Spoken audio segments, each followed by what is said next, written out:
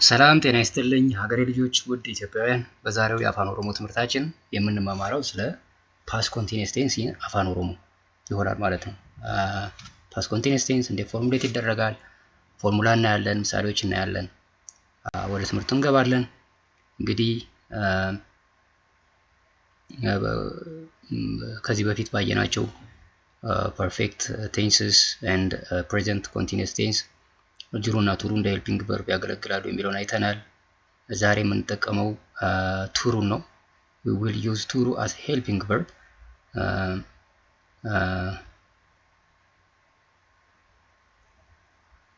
ኦኬ እንግዲህ ቱሩ እና ጅሩ ያው እንደ ሄልፒንግ ቨርብ እንጠቀምባቸዋለን። ቱሩን እንደ past perfect tense and past continuous tense እንጠቀማለን and we conjugate it in its simple past tense along each subject አፋን ኦሮሞ pronoun ማለት ነው። ይሄ ከዚህ በፊት ያየነው ነው። እንግዲህ past continuous tense የዛሬው ትምህርታችን በቀጥታ እንመለከተው እዚህ ላይ ነው። past continuous tense ፎርሙሌት ለማድረግ የምናደርገው ምንድነው? ጋዙ እንግዲህ የሚል አፋን ኦሮሞ ሩት ቨርብ ሲምቦል አለ ብላችሁ አስቡ። ኡን ወደ አ እንቀይራለን። ዜን ጋዙ ጋዛ ይሆናል። ኤንዴን ለሁሉም ፕሮናውን እንደዚህ ነው ያደረገው። እዛ በኋላ we conjugate ቱሩ only as follows እና ቱሩን ኮንጁጌት እናደርጋለን። ቱሩን ኮንጁጌት የምናደርገው in its simple past tense ነው የሚሆነው ጂቱ ማለት ነው። ጂቱ as helping ጂቱ of ቱሩ as helping verb ማለት ነው። ሶ አኒ ጋዛ ቱሬ ኑቲ ጋዛ ቱሬ ኢሲን ጋዛ ቱርተን ናቲ ጋዛ ቱርቴ ኢሳን ጋዛ ቱረን ኢኒ ጋዛ ቱሬ ኢሸን ጋዛ ቱርቴ ይሆናል ማለት ነው። በምሳሌ ስናይ የበለጠ ግልጽ ይሆንላችኋል። እንግዲህ ጋዙ ሩት ቨርቡ ነው፣ ቫሪያብል ሩት ቨርብ ነው። ኡን ወደ አስን ቀይረው ጋዛ ይሆናል።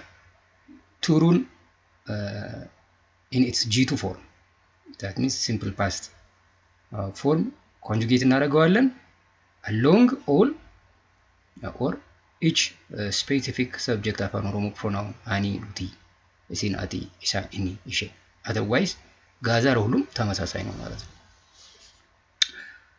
ኦኬ ምሳሌ ነው። በጠረጴዛ በሰንጠረዥ ቴብል ኦኬ ቢኤም እንግዲህ ፎርሙላው የሚሆነው ምንድነው?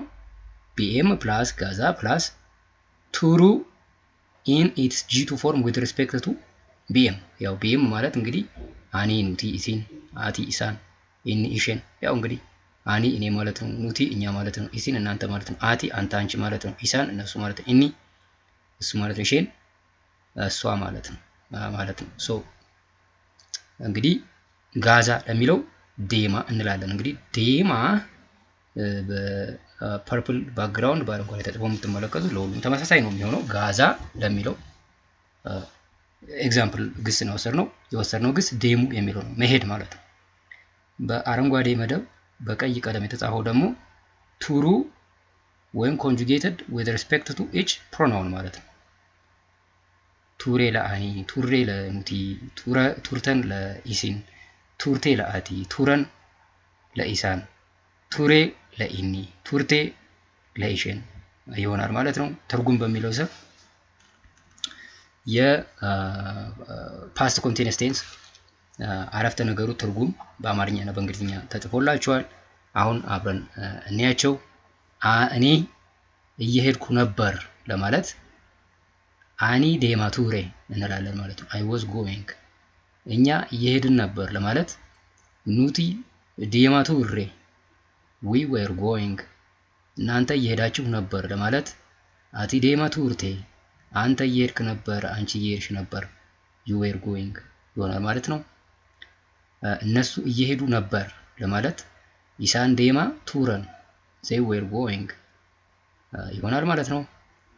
እሱ እየሄደ ነበር ለማለት ኢኒ ዴማ ቱሬ he was going። እሷ እየሄደች ነበር ለማለት ኢሽን ዴማ ቱርቴ she was going ይሆናል ማለት ነው።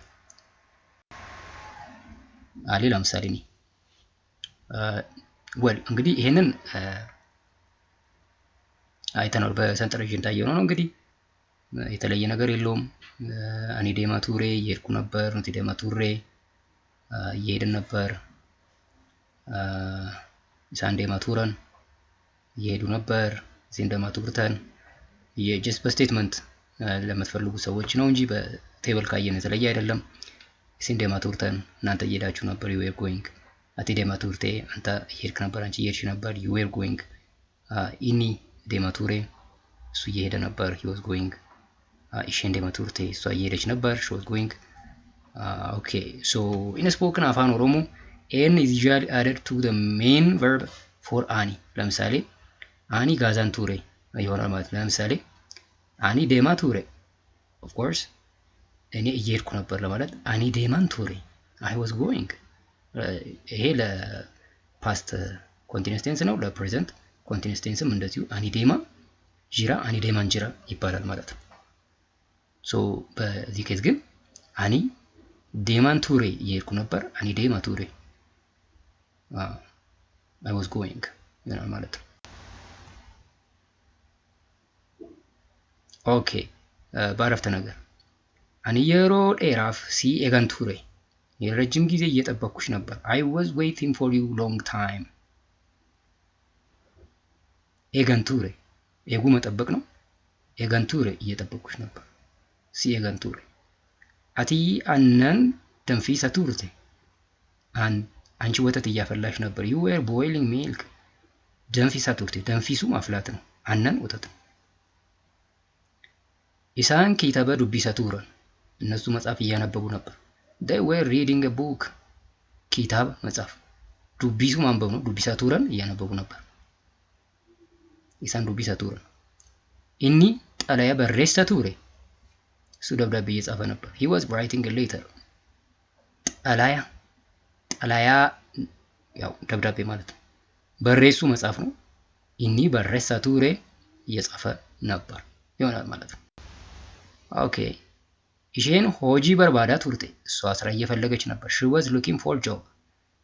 ሆጂ ስራ ነው። በርባዱ መፈለግ ነው። በርባዳ ቱርቴ እየፈለገች ነበር። ሰሪቺ ሀልከን ጉቱ እያቱሬ ውሻው ሌሊቱን ሙሉ እየጮኸ ነበር። the dog was barking the whole night። ሀልከን ሌሊት፣ ጉቱ ሙሉ ማለት ነው። እያ ቱሬ እየጮኸ ነበር። እዩ መጮህ ነው። ሰሪች ውሻው ማለት ነው። ሰሬ ነው። ያው ሰሬ ውሻ ነው። ሰሪች the dog ማለት ነው። ውሻው ሰብጀክት ሲሆን ማለት ነው። ሰብጀክት ፎርም ኦፍ ሰሬ ሰሪች ይሆናል ማለት ነው። with the definite article ዛ ኑቲ በረደርቤ ገና ኬሰ ሂኒቻ ጉታ ቱሬ እኛ አምና በክረምት ግድቡን እየሞላን ነበር። we were filling the dam last summer። በረደርቤ አምና ማለት ነው። ገና ኬሰ በክረምት ውስጥ፣ ገና ክረምት ነው። ኬሰ ውስጥ ማለት ነው። ሂዳ ግድብ ማለት ነው። ሂዲቻ ግድቡን ኦብጀክት ነው። the dam ማለት ነው። the dam ኦብጀክት ፎርሙ ሂዲቻ ይሆናል ማለት ነው። ሰብጀክት ቢሆን ኖሮ ሂዲች ይሆን ነበር ማለት ነው። ግድቡ ቢሆን ኖሮ ሂዲች ይሆን ነበር፣ ግን ግድቡን ሲሆን ሂዲች ይሆናል ማለት ነው። ቆትዮም መርጋድ ጤዳ ቱሬ በሬው ሳር እየጋጠ ነበር። the ox was grazing። እንግዲህ ጤዱ መጋጥ ነው ብያቸዋለሁ። ቱ ግሬዝ ማለት ነው። ግሬዝ ማለት ይሄው ሳር መጋጥ ማለት ነው።